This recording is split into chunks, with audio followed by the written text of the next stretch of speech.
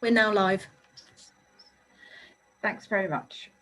So I am Councillor Vaux, the Vice Chair of the Licensing Committee, and I would like to welcome everyone to the meeting, which is being held virtually and in accordance with the Council's rules for virtual meetings, which reflect the recently published government regulations. The meeting is being streamed live on YouTube and will also be available to view after the meeting has finished. Councillors who sit on this committee are identified by name on the screen, and I will introduce the officers by name before they address the committee. Councillors are reminded that although this meeting is being held remotely, they are regarded as being present in a meeting of the Council, and they should observe the normal rules of behaviour under the Member Code of Conduct and not allow members of their household to distract them during the course of the meeting. Can members ensure that their mobile phones are now switched off or are on silent? Members of the committee will turn on their video link during the meeting and keep their microphones muted unless they have been invited to speak by myself as the chair. Members are reminded that if they switch off their video link or move away from the camera, they will be treated as leaving the meeting and will not be able to take part in any vote taken on the item under discussion. Members can indicate their wish to speak by raising their hand or by using the electronic function and should only speak when I, as chair, invite them to do so. The officers present will only switch on their video link during the item that they are presenting or where they wish to be invited to speak by me as the chair. As chair, I will confirm the name of any visiting speaker at the appropriate time in the agenda who will address the committee by audio link. Councillors should declare that they are leaving the meeting and switch off their video link if they have a disclosable pecuniary interest or other personal interest in an item on the agenda. The councillors can switch on their video link when I call the next agenda item. Voting will be taken by a roll call, and I will confirm the recommendation proposed to the committee before the voting begins. Can each member indicate whether they are for or against the recommendation or whether they wish to abstain? Hopefully we will not have any IT problems, but can I remind councillors that if their connection is lost, they should immediately advise the Democratic Support Officer and use their meeting link to access the meeting again. Okay. If we're ready to start, we have the first agenda item, apologies for absence and substitutions, and I've been informed that we have one apology, which is Councillor Hussey, I think. Is that right, Ellie? Yep, that's right. Yeah. Anybody else aware of any other apologies or substitutions for this evening? Only the chair, Chairman. The chair, yes, that's a very good point. Thank you, Councillor Westbrook. Mark Taylor, I assume, is working, so he may come in later, but I haven't heard anything. Okay, thank you very much. So, Ellie, if we could note Councillor Leeks and Councillor Taylor. I did. That'd be lovely, thank you. Item 2, do we have any declarations of interest? Councillor Fillimore? Yes, Chair. I'm the treasurer of a licensed premises for transparency. Okay, thank you, Councillor Fillimore. Does that mean that you can still participate? Well, I think so. Okay, I'm just checking. Yeah. Thanks very much. Any others? Any other declarations? Nope, thank you. Urgent matters, we're not aware of any, so unless there's anybody else, no, that's all good, thank you. So next, the minutes of the meeting held on the 2nd of November 2020. Does anybody wish to raise anything about their accuracy? No, everybody comfortable? Then I move that the minutes of the meeting be signed as a correct record. Everybody happy with that? Yeah, I don't see any shaking heads. So item 5 is licensing fees and charges report. This report presents the committee with the proposed fees and charges that will apply from the 1st of April 2021, and we are being asked to approve the report. I'm going to ask Sophie Bruff if she would like to present the report. And I believe we have had one inquiry from Councillor Gardner. Yeah, I think I'll be taking the this report. Oh, thank yeah, you. Okay. Thank you, Robert. Good evening, councillors. The annual fees and charges report is one that we're all familiar with. As in previous years, the overall increase for those fees that we have the power over in the majority is around the 3%, which reflects the council budget strategy. So those fees that can go up by 3% go up by 3%. Those fees that are statutorily set, which are the licensing fees for premises, such as and those that Councillor Phillimore is associated with, are fixed by statute. So there is no facility for us to change those. The one that is usually more contentious is that of the fees and charges for licensed drivers and vehicles. This year has been a particularly difficult one for those operators and drivers, and as a result of that, there is no change in the fees for hackney carriage or private hire vehicles. So effectively that is a reduction in costs for them overall. This will have a budgetary impact upon the council. We'll be losing in effect an income of an extra £4,100. Of greater concern really to us as an authority is that we are aware of a number of drivers and operators who have withdrawn from the trade over the last year or so. And whilst that won't be clear for another 3 years in the case of drivers, we're already seeing a decline in the number of vehicles being licensed. So we are predicting as officers a budgetary pressure of £10,000 in reduction in income for the authority. Obviously our key concern here is much more towards those drivers and operators who, if they've gone out of business, have had to change across. So for example, we're aware of a number of drivers who have now moved into getting their HGV license, where there is a shortage of HGV drivers and they've retrained to do that. So there is an impact on the council's income, and that is set out in the report. I know that if we look now to page 15 and onwards, Appendix 1, in your report, you can see that the first page is the fees and charges for the taxi licensing, and as you can see, that's still at 0% change, so there's no increase in those. Then we moved into the animal welfare fees, and on average those are around 3%. As you'll see, some of them have a greater and lesser change depending on where the movement is. Obviously the smaller amounts may have some greater percentage changes one way or the other, but the aim is to achieve around 3%. There is a minor error on page 16. You'll notice that right in the middle of the page there, where it's application renewal, it says 224, and then it's going up to 224, which doesn't quite look at the 3.1% rise. It should be 231 in there, and that was pointed out by Councillor Gardner. The gambling fees, again, up by 3%.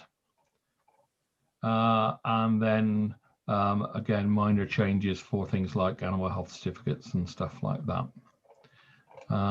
All the fees and charges that would normally be changed for taxi licensing would require us to go out to consultation, but because we're not making any changes, there will be no need to do that consultation work.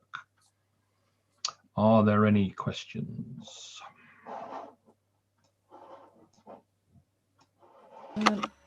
Councillor Phillimore?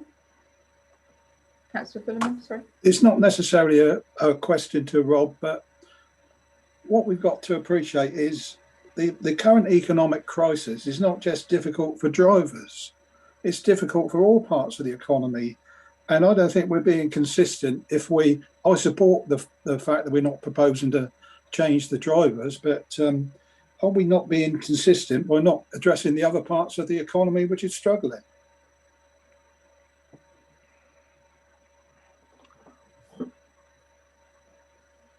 Well, I mean, is your proposal then that we don't have a 3% rise across the board? I think it's all linked into the budget on Thursday myself, but there we are. Yeah, I mean, all that the fees and charges report does is it reflects the basic principles of the proposed council budget, bearing in mind that a substantial percentage of our fees and charges are fixed by statute and haven't changed since 2005 in some circumstances. So, you know, every year we continue to operate those at a greater loss. Councillor Phillimore, are you comfortable to move on, or would you like to come back? Well, I'm probably on the losing side, but I don't see why we should be applying increases apart from the statutory ones. The other ones I don't think will make much difference to the budget anyway. Okay. I've got Councillor Putty and then Councillor Gardner. Councillor Putty. Thank you, Chairman. Can I just ask, how do we come to the 3%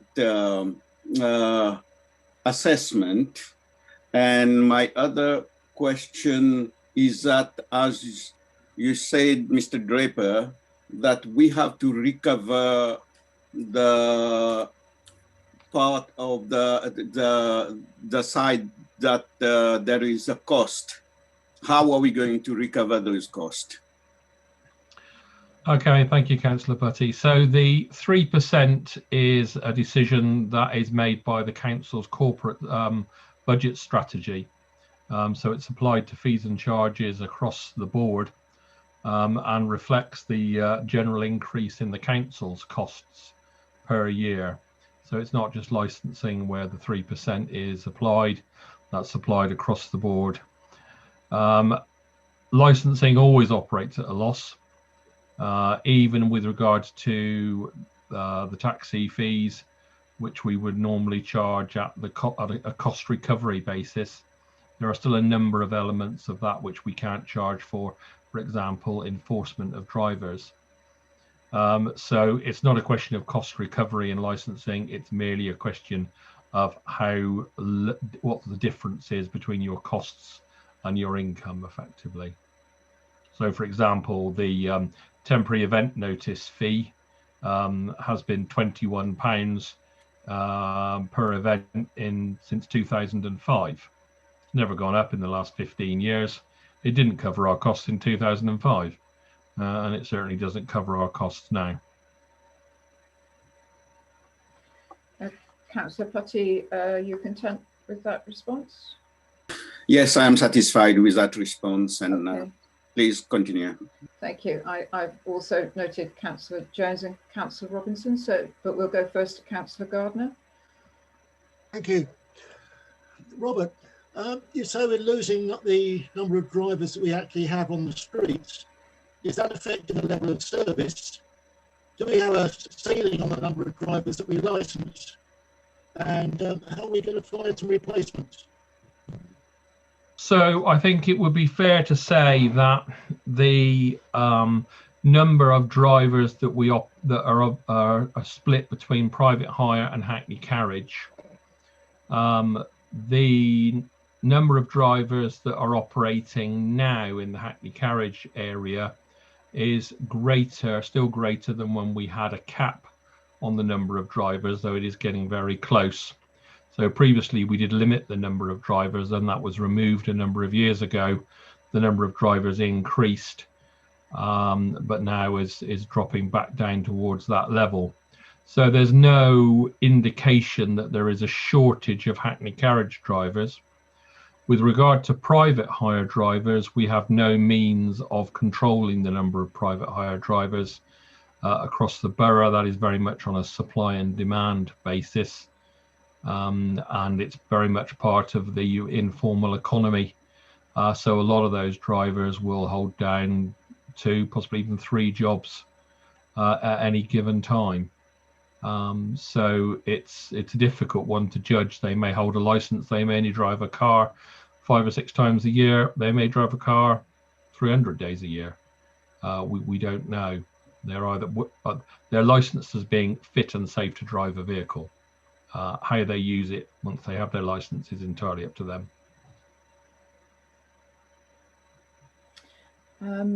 Would you like to come back, Councillor Gardner, or are you happy with that reply? That's fine. Thank you very much. Councillor Jones? Yeah, thank you, Chair. Yeah, I would have liked, I'm a bit concerned with this taxi driving and private hire, because what we've got to remember is our town is growing. And if we're losing people, we want to know why. And I would have liked to have seen some comparisons with other councils. Are we charging too much for our fees and charges on a lot of things? I don't know. I'm assuming we're not, but we don't know. I think we should have a comparison with a council the size of ours or something very similar what they're charging, because we're going to pass 3%. Now, is it the right percentage? Is it not? I don't know. You know, they're the questions I'm asking, in as much as, is it cheaper for someone to be a taxi driver in, I don't know, Bournemouth, for argument's sake, than based in Stoke-on-Dean? You know, they're the questions I want answered in the long term, because it's sad if we are losing drivers. There's got to be something wrong because they're not earning money. That's why they're going a lot of it. And we need to look into it as an urgency, not as a thing for next year. So I'd like that to go forward at some stage so we can look into the reasons why. You know, partly I would imagine it's because people are locked down and they're not using taxis, but are they going to come back? We don't know. And they're the issues, is every council having the same problems? And I think we need comparisons on that. And I must admit, I do go along with Colin about the 3% across the board. Yes, we got to charge something, I suppose, but I think we should. I'm not particularly happy. I must probably vote for it in general terms because we haven't got an alternative. But when we look at all the other committees that are putting fees up, we seem to, over the years, not just this committee, over the years, this is where we seem to be sort of saying, oh, we've got the cheapest tax, council tax in God knows when, but then we bump up fees and charges and take away services, and that's what's happening. And I think it needs to be highlighted. That's where I'm coming from. Thank you. Okay, so I think there's a number of issues to unpack there, Councillor Jones. So the taxi fees are obviously not going up this year. So there is no change there. The fees that are set by the authority can only reflect the costs of the authority. And as I've said to you already, the costs that we incur operating the taxi service are not met by the fees and charges that we make to the taxi drivers. So taxiing is always operated at a loss. It's therefore not something that would be recommended to compare with other authorities because their fees and charges may be different to ours, because their cost base may be different to ours. Now, we as an authority, and I'm sure Sophie will come on to later on, are looking to introduce some changes over the course of this year that will hopefully see a reduction in the costs to drivers through process changes and efficiencies. When we do the fees and charges for next year, those efficiencies will have to be factored into the fees and charges that we charge. So comparing us with other authorities is not particularly helpful. I understand the appeal of it, but it's not particularly helpful, and it's certainly isn't supported by the legal fees and charges setting process. With regard to the 3% across the board, yeah, I mean, that's a council decision set by the budget, but that's basically how much our costs are going up each year. And as an authority, we need to make a decision on a much larger scale about whether we seek to recover our costs or whether we seek to subsidise the local economy. And can we afford to subsidise the local economy? That's not an issue that I as a regulatory services manager have an issue with. That's for you as a group of councillors. But that is the recommendation that's come out of the budget. All I can do is put that to you. And obviously, you've got your budget meeting at the end of the week. If you feel that strongly about it, then you can take a different decision there, and we can look at the changes.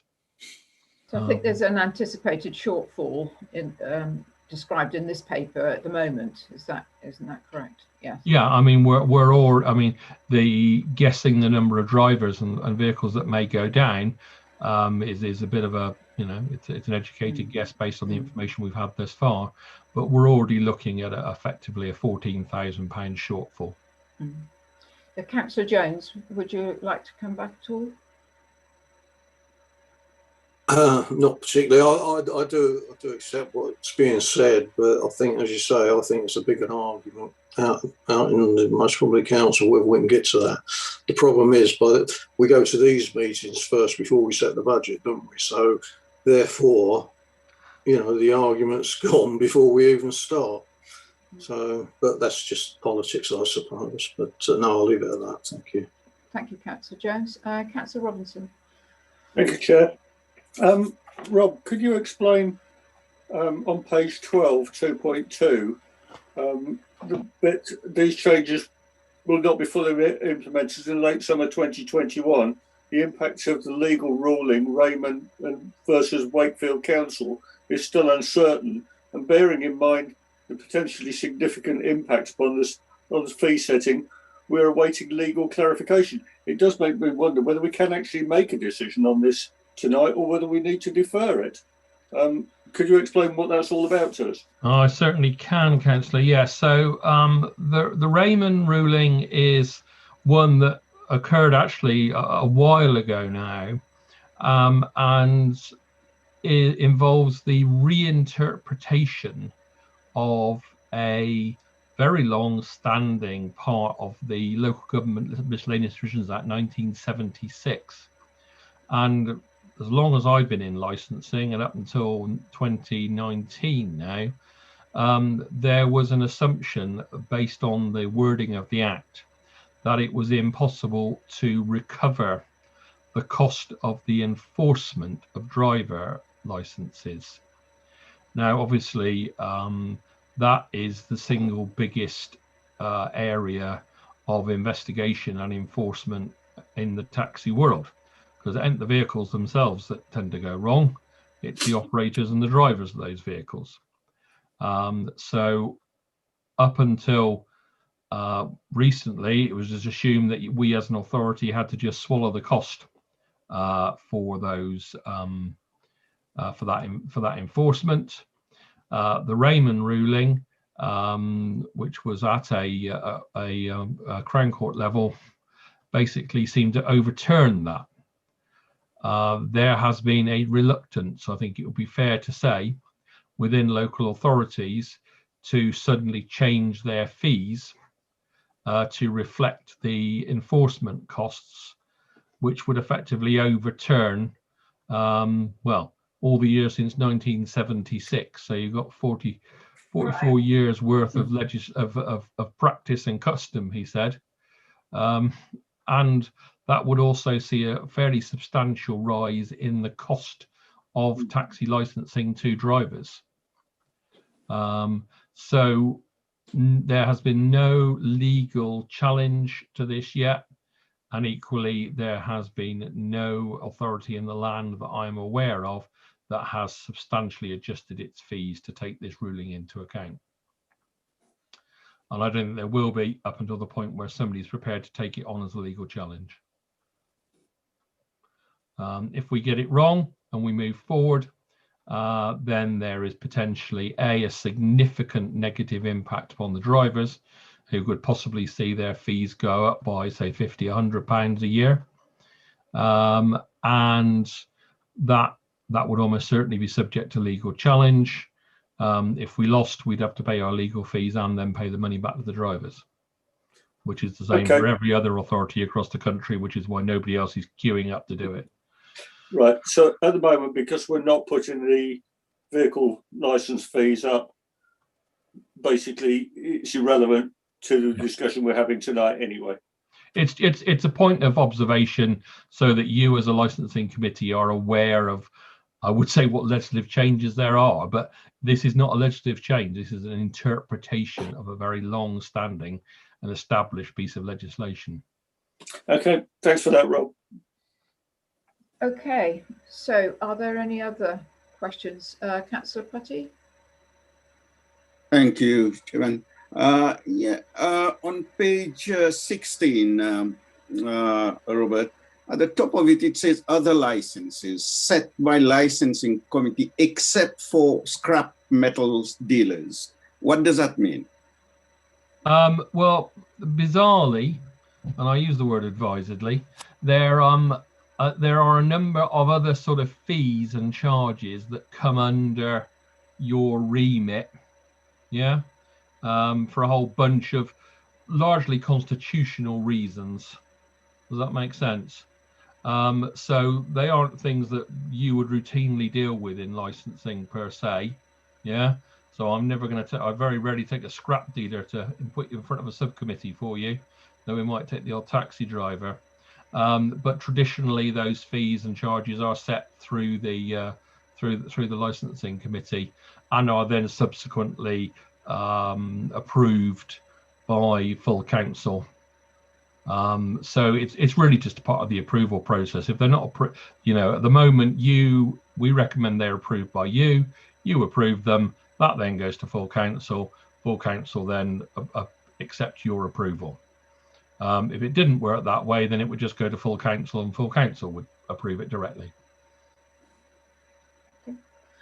Thank you. Yeah, and can I also come to, there is one section here where it says pet shop, riding establishments, kennels and catteries, over 20 animals, dog breeders with one bitch.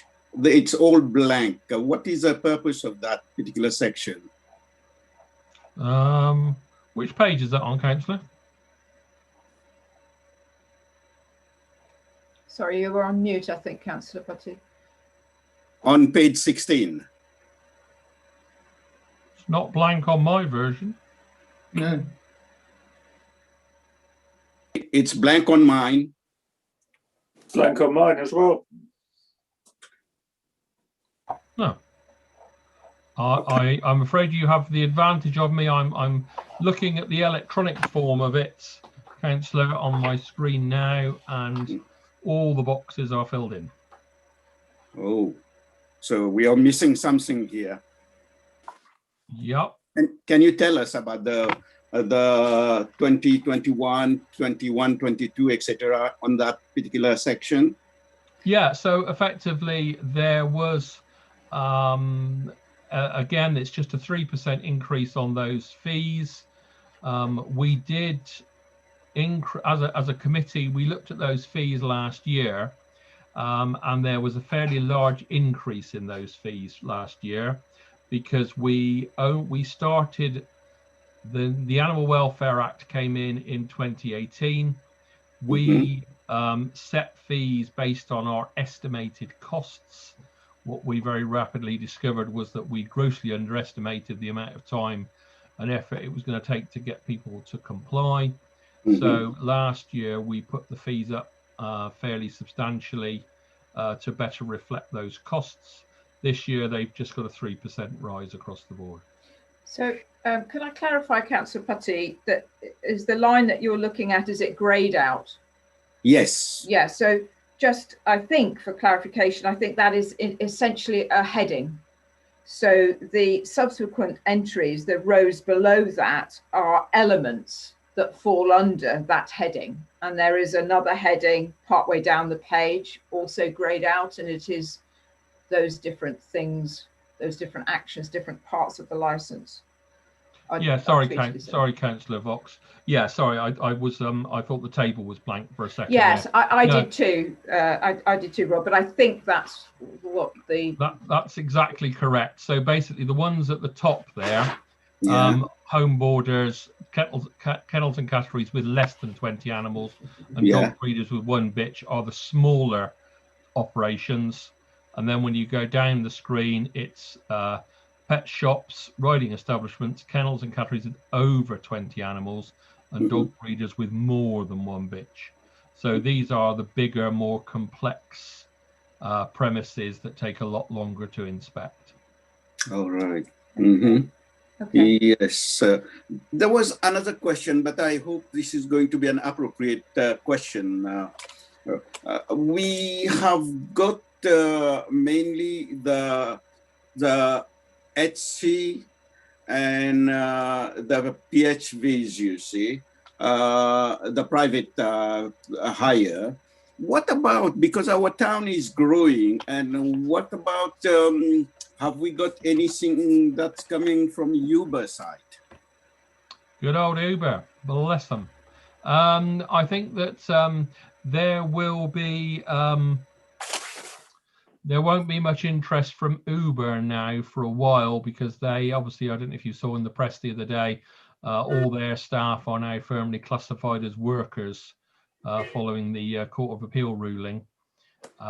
So they are still focused within the large urban areas. So they're, for example, Uber in Southampton and Portsmouth. But they don't have any particular interest in moving into Basingstoke. We're too small a fish for them, and long may that remain. Okay. Thank you, Robert. Thanks, Councillor Putty. I think unless you've got something really pressing, we should move on. We've got quite a lot of papers still to look at. Any other comments or issues people wanted to raise before we go to the recommendation for this item? So no, that looks fine. So our recommendation is to approve the licensing fees and charges set out in Appendix 1, which will apply from the 1st of April 2021. Now, I think we need to take a vote on this, because from the comments, there may be 1 or 2 people who would like to not approve. So Ellie, are you happy to do the roll call? I think Councillor Gardner has had to leave because he was having connection problems, but we do have Councillor Leeks. Welcome, Councillor Leeks. Thank you. So I will hand it over to you in a sec, Councillor Leeks. I thought I'd just finish this item before handing over. So Ellie, are you happy to take the roll call? We don't have to take a roll. We don't. Okay. Everyone's agreed. Okay. Do we have anybody that doesn't does not wish to approve the licensing fees? So Councillor Phillimore, is there anybody else? I wish to abstain, actually. Oh, you wish to abstain? Okay. Yeah, I think we're putting the cart. I think we're putting the cart before the horse, before the budget meeting on Thursday. Okay, thank you, Councillor Phillimore. So an abstention. Councillor Jones, did you want to say something? Abstain on this one. Councillor Jones, abstain. Okay. And I ought to abstain because I wasn't here for the full meeting. Okay. Oh. Thank you. So Councillor Lovegrove is approving. Yeah? Sorry, no, Yeah. I have to abstain for the same reason as Councillor David Leeks. Oh, okay, fine. Sorry, I thought you were here at the beginning, so I'm sorry I missed that. So, do we have sufficient to approve this, Councillor Westbrook? I can't hear you. Sorry, Chairman. Yes, I fully appreciate what the others are saying, but I think we're forced into approving it. Okay, approval. Councillor Faulkner. Yeah, approve. Okay, Councillor Robinson. Yeah, approve. Councillor Putty. Approve. And I approve as well. So that's carried. Thank you very much. And I will hand over to Councillor Leeks for the rest of the agenda. My apologies. I seem to have a lot of problems with my computer today. Anyway, approval of update of taxi and private hire policy. Over to Sophie or yes. Hello. Thank you, Chair. Good evening, councillors. So the purpose of the report to you today is to bring you the results of the taxi and private hire policy consultation. So the first report was considered by yourselves November last year, and that was to cover the changes to the policy following the publication of the Department for Transport's statutory taxi and private hire vehicle standards, which were considered during that meeting. The consultation for this report ended on the 25th of January 2021, and the comments received from the trade members are detailed at Appendix 1. A number of the comments from the licensed trade concern the penalty point scheme and the additional requirements on the private hire operators. It is our intention that whilst the policy will go live in April 2021, there will be a staggered approach to implementing a number of the requirements under the policy. And that will give time for both the licensing team and the licensed trade to implement the new procedures, particularly for the private hire operators who have to start doing DBS checks on their staff, and for us to get our licensed trade through the safeguarding and disability awareness training. Our implementation scheme is detailed at Appendix 4. However, this is heavily dependent on any operational requirements on the licensing team, and it may change. We will keep the committee and the licence holders fully informed if that happens. Our consultation with other authorities, we only had a response from the Guide Dogs Association, which is detailed at Appendix 2. For the most part, these comments asked us to be more detailed in our wording in relation to drivers' responsibility under the Equality Act. And I thought for ease, I would go through the points they have raised and provide our comments on them. So they've asked us to highlight the law regarding a driver's responsibility under the Equality Act. We do have a passage in our policy on the Equality Act. They've asked us to highlight the fact that it is a legal requirement for drivers to conform with the Equality Act and assist partially sighted and blind people and guide dog users. And they've also asked us to have a zero tolerance approach. Now, we have an enforcement policy which is detailed briefly in our licensing policy and separately in the enforcement policy of how we approach any complaints that we do have, and we do have a staggered approach to enforcement. Whilst we do take any breach under the Equality Act very seriously, we do obviously investigate all complaints fully. Test for medical exemption. At the moment, our policy states that anybody who needs to be exempted from carrying an assistance dog provide a certificate from their doctor. Now, the Guide Dog Association has asked that this be accompanied by medical evidence, such as a blood test, a skin prick test, or clinical history. I have conferred with our medical advisor, who has said that anybody who goes to the doctor and asks for a note regarding allergies to dogs or anything like this, their clinical history should be assessed in order for one of those notes to be produced. I personally am comfortable that our current policy makes sure that only somebody who actually has a medical exemption to dogs gets that certificate. However, the committee may take the view that they would like medical evidence provided as well. The other point to that is that the exemption certificate should be embossed to ensure that anybody who is partially sighted can feel it and tell that that is an exemption certificate, which is something the committee can consider that we put into the policy. There's also a request for sample purchasing or test purchasing. We do have a link with the Disability Forum in Basingstoke. I am happy to say that we haven't had many complaints about people refusing to take partially sighted passengers or their dogs. But again, the requirement for sample purchasing, which doesn't necessarily need to go into our policy, is something that we can consider in conjunction with the Disability Forum. Disability training, they've asked us to be more precise about how this training is delivered. We have picked the Blue Lamp Trust to perform our safeguarding and disability awareness training. They are currently doing all of their training online due to current circumstances, and will be providing face-to-face training once we can go back to that. We have elected not to be too prescriptive in our policy about how this training is delivered, as we may wish to change how we do that training down the line, and we wouldn't like to have to do a policy change if we change the training. The Blue Lamp Trust is very well known and very highly rated for their safeguarding and disability awareness training. A number of my staff have taken the training as well, and they are used by some other councils in Hampshire for it. I am happy with what we have in the policy. However, councillors, you may take the decision that you want us to be more prescriptive on how that training is delivered.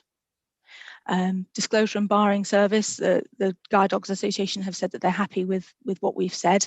And finally, CCTV. The association has asked that audio is included in the CCTV. Our guidance in our policy reflects the ICO guidance, which currently recommends that any CCTV system put into a taxi or private hire vehicle has a privacy by design policy to use the least intrusive system possible, which allows you a proportionate response to any problems identified. At the moment, we say that CCTV can have a recording function, but it should only be used in exceptional circumstances, such as when driver safety is in question. Like I said, our current guidance does conform with the Information Commissioner's Office guidance on CCTV. I would not want to contradict the ICO. Again, it's a discussion that I'm happy to have with the councillors. So that is a summary of the two responses that we had. The driver summary is there for you to see at Appendix 1, and the Guide Dog Association at Appendix 2. The idea is, should the policy be approved, it will go live on the 1st of April 2021, and we will conform with the policy implementation schedule, which is detailed, to bring in all the new aspects under the policy over the next year. Are there any questions? Councillor Westbrook. Thank you, Chairman. Thank you, Sophie. Yes, referring to page 23 of the report, bullet point 3.1, key issues for consideration. The paragraph says that the changes proposed by the Department for Transport guidance, as outlined in the meeting held on the 2nd of November, requires some significant changes to a number of procedures of the licensing team, including retraining of the licensing team, updating of customer information, and a communication strategy with customers. The implementation plan detailed at Appendix 4 outlines the work required by the licensing team to fully realise the changes of this policy. The policy will become live with the committee's approval by March 2021, but the changes required by the policy may not all be fully realised until the end of the year. So my question to Sophie and Rob really is, do you have the physical resources to deal with the changes to the policy? At the moment, with the current operational requirements on the licensing team, not particularly. You'll see from the implementation schedule, some things have already been started, such as the safeguarding training for our new drivers, and we'll be writing out to our existing drivers shortly to give them a time frame in which to do the training, their training. Obviously, the biggest change in procedure for the licensing team will be the 6 monthly DBS checks. That should be a fairly automated procedure once it gets up and running. For the most part, it will be myself and my senior licensing officer, Mr. Wake, who will be bringing in the changes. So yes, we do have the resource. I wouldn't start off by saying you didn't, but yeah, you're looking to you think you're going to get there. If you don't, I suppose you need to recruit, or what are the implications if you don't reach it by the right time? Well, obviously the DFT are very keen to know of our progress, and they are asking for regular reports. They asked for a report in January about where we were. Obviously reported we were still under consultation. There is also an expectation from the drivers that the changes we have spoken about will be implemented in a timely fashion, but also with enough time for them to make the changes to their system. The plan at the moment is, through the communication strategy, we will be quite generous with our timeframes. We appreciate the strain that the drivers are currently under with the COVID situation, and they're aware that we're working at the council in slightly different circumstances than normal. We're not all in the office, we're not all available to react as quickly as we would normally be. And as I said, if there's going to be a significant change, bearing in mind the government's announcement today of when we will be moving back towards normality, that may affect some of the things we had planned for the beginning of summer of this year. It is a bit of a movable feast, councillor. It could change, and I will come back to the committee if it changes significantly. At the moment, getting the policy implemented will be one of my main focuses. Thank you very much, Sophie. Anybody else want to speak? Councillor Lovegrove. Thank you, Chairman.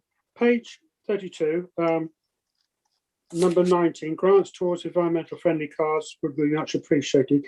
This will be put to the licensing committee for their consideration. Would that come in? Would that be subject to a future committee meeting? Yes, councillor. It wasn't my intention to bring it up today. It is something that we'd have to look into further. We did have a cheaper fee for electric vehicles, which I believe ends shortly, and we would have to have a better idea of what the trade would like to see those grants look like. So that's an ongoing conversation to have with our trade through our newsletters and our correspondence with them before I come back to the committee with an idea of what it could look like if it's an option we decide to explore. Thank you. Look forward to that. Thank you. Councillor Potty. Thank you, Chairman. With regards to the medical exemption certificate, Sophie, what is a policy if the medical practitioner is giving the medical exemption certificate? Is it the policy that they have to give it in tactile way of really identifying the certificate? We don't have a policy at the moment that says it has to be a tactile document. It is a separate document that they have to display, and obviously it is done in larger lettering at the moment, but it isn't a tactile document. Like I said, it's one of the suggestions that the Guide Dogs Association's put forward, and if the committee would like that included in the policy, that is something we would look at. Again, that would take some time to implement because we'd have to make sure that we can find a way to produce a tactile document, which we don't currently have with the laser printers in the council. Anybody else? Is that Councillor Jones? Is that you? Because there's a light above your head. You're on mute. Sorry, I thought that was my halo. Sorry. Hope not. No good. Yeah, on the animal thing with the blind dog type thing, I understand why we want it tactile, and I think that's a good thing. But do we not display, like I don't know if they still do in shops now, but most shops years ago used to have a display saying you can bring your blind dog in. Would it not be better if, well, part of as well, to have something stuck on a window somewhere or on the side of the thing saying that they do pick up with blind dogs? So you're hitting it from both sides, if you see where I'm coming from. I do say where you're going from there, councillor. Under the Equality Act, every taxi must accept an assistance dog, whether that's a guide dog or any of the other assistance dogs you can get these days. So that's an automatic right for anybody who has an assistance dog. Obviously the exemptions are rare. I understand we only have 2 exemptions at the moment for people who are allergic to dogs from carrying it, and the drivers do have to stick quite a lot in their windows at the moment as it is. So I wouldn't want to overburden them with yet another sign, especially when people with assistance dogs know that they have a right to take their dog into a public vehicle. The only reason I ask, but do they know? We assume they know that they've got it right, and that's the thing, isn't it? If someone decides for whatever reason that they're not coming in might because it's pouring rain, you bring in a wet dog in, sort of thing. And I just thought it might. I do understand you can crowd a window out and crowd a thing out, and it means nothing. But I do wonder whether it might be just, even if put quietly to the taxi people themselves, it's a good PR thing for disabled people. I think they have them in the windows for wheelchairs for their taxis, don't they? And I just, I'm not hard and fast on it, but it just seems sensible to me to have it. But I'll leave it to you experts. Councillor Jones, a person with sight loss might find it difficult to understand or see it. Oh, he must have gone. Okay, any other questions? Yeah, it's gone. Any questions? So is it to note the report? Yeah, to note the report and approve the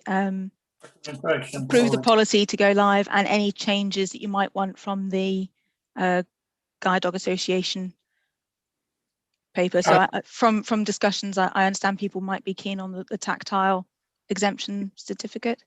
Yeah. Yeah. Do members think that's good? Yeah. Noted. Yeah.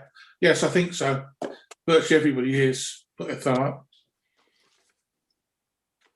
So you'll have to work with our partners to decide how you do that. It could be that we get a symbol that we can stick, like an embossed sticker that we can put onto it, but it's something that we can look into.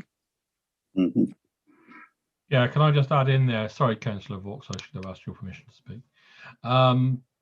Yeah, I think we'll have to look at that. There are a number of proprietary companies, Mogo and VIP, which have been the two main ones, that provide a range of signage for vehicles.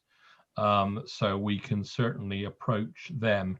My concerns here are that this would have to be on the exterior of the vehicle, and would have to be at a point that was consistent across vehicles. It obviously can't go in any window that raises or lowers, because that would interfere with the operation of the window. So I just really a bit of expectation management here. I'm happy to look at this and see what's out there, and see what other established good practice is. So perhaps if we could seek your permission to proceed on an investigation basis, and perhaps report back to the next committee. Yeah, Councillor Faulkner, then Councillor Westbrook.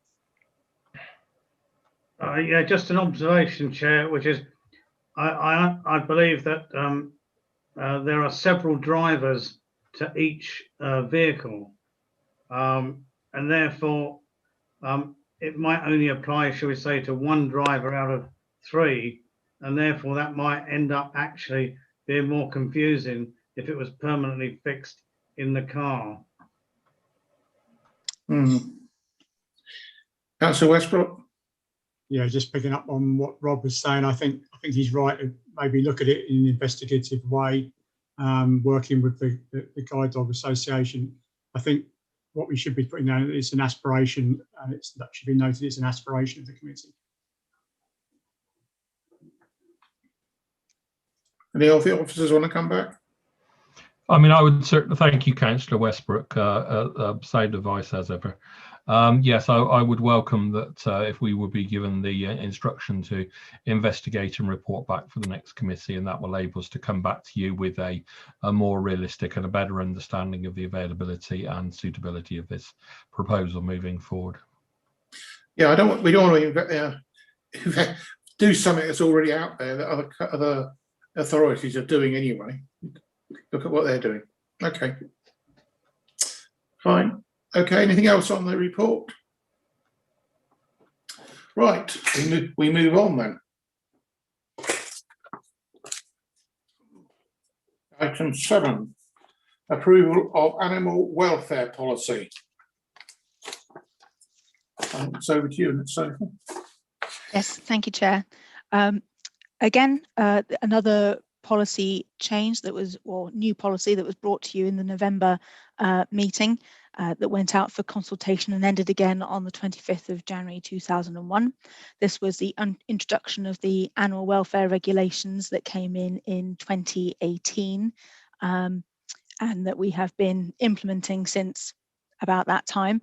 The policy was very much based on the DEFRA guidance and legislation and isn't significantly different to what other councils are doing around the country. Again, during the consultation, we had only 2 comments back, which again are listed at Appendix 1 of the report. No major change to the policy based on those comments. One comment questioned some of the wording of the policy. It had been a direct lift from the legislation, as stated in my response to the commentator, that DEFRA guidance is being promised, updated DEFRA guidance is being promised, and if that changes anything in our policy, then the policy will be amended to reflect best practice. The other comment was a question over our hosted establishments. Just to clarify for councillors, if you're not too aware of the lingo here, there are a number of home boarding franchises that are available. These franchises, there's a franchise owner, and the owner then has a number of hosts who can take in a dog to look after the dog for the day. Our approach to these licenses are the host, the franchise owner has the license, and each host is then listed on the license. Each hosted is inspected and is expected obviously to comply with the legislation requirements and the requirements of the inspection. For the franchise owner's license, they get the lowest star rating of the host inspected. So they could have a range of 4-star hosts and then have a 2-star one. Their overall license will be a 2-star license, and it'll then be down to the franchise owner to make sure that all of their hosts are acting up to the best standards possible. The wording in the policy wasn't particularly clear that we do inspect all of the hosts, so that has been clarified.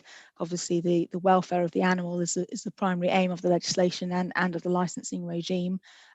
So just to confirm that all the hosts are inspected, and this is reflected on the license held by the franchise owner.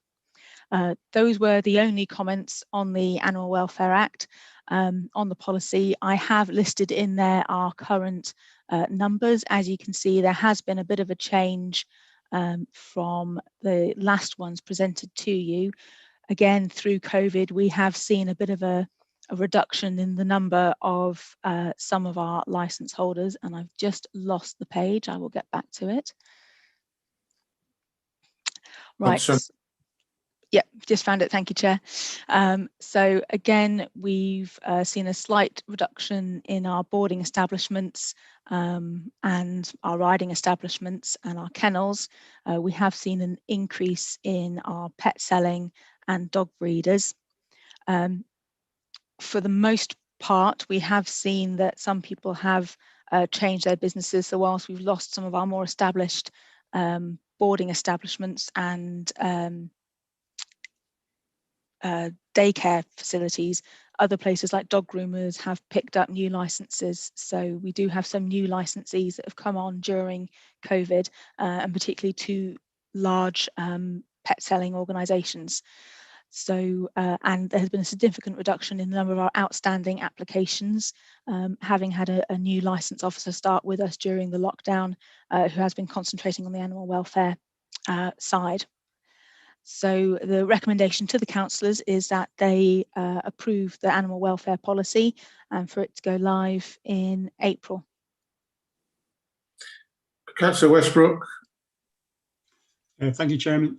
Yeah, one brief question actually, Sophie, on page 171 of the report, paragraph 3.3, where it says that the licensing team continues to work with the dog warden and the communications team on providing advice to the general public about the requirement to use licensed providers of animal activities. So I'm wondering, can you tell us how we promote that advice how we can promote that advice now, where it's available for residents. Sure.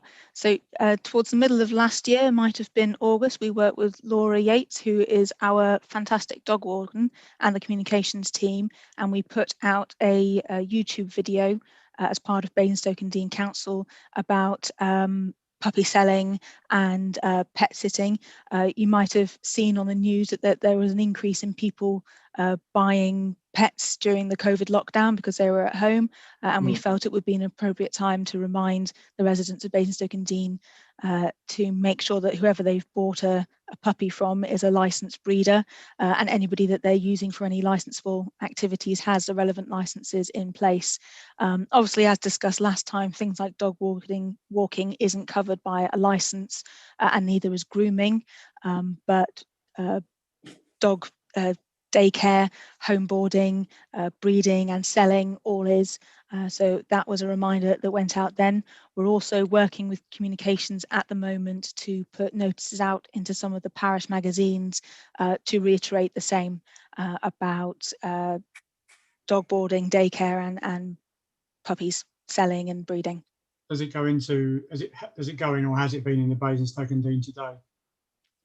I think there was something in the Basingstoke and Dean today regarding Laura's bit that she did for us on YouTube that went out in the email, and the parish council bit is something that's going to happen in the future. And our website, Sophie, is on there as well?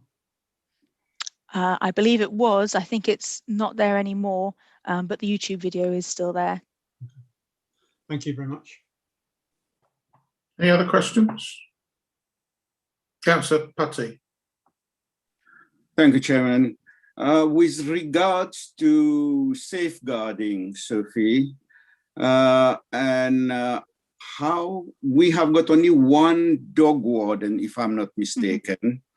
So how are we going to implement that particular part of it, especially when it comes to protection of children and vulnerable persons? Under the Animal Welfare Act. Yeah.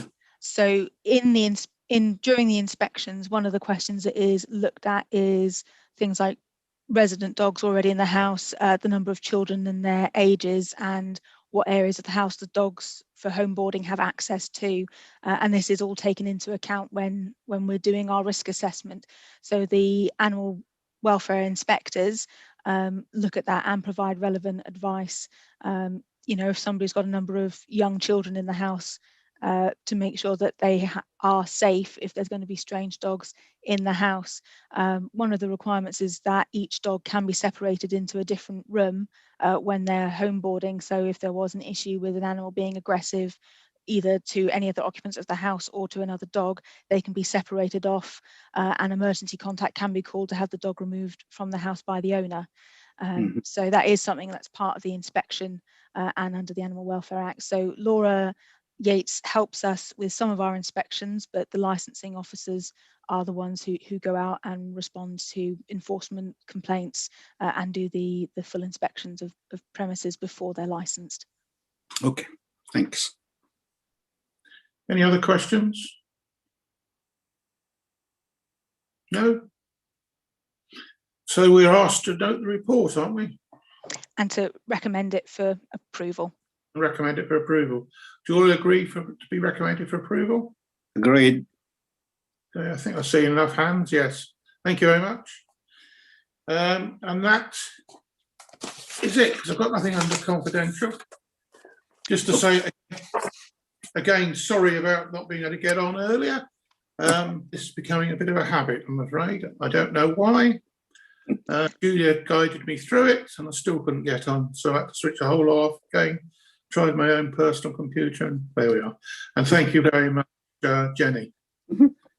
Yeah, can I just confirm that the councillors are happy with the taxi policy and that was approved to go live in April? Yes. Yeah. Okay. Yeah. Yeah.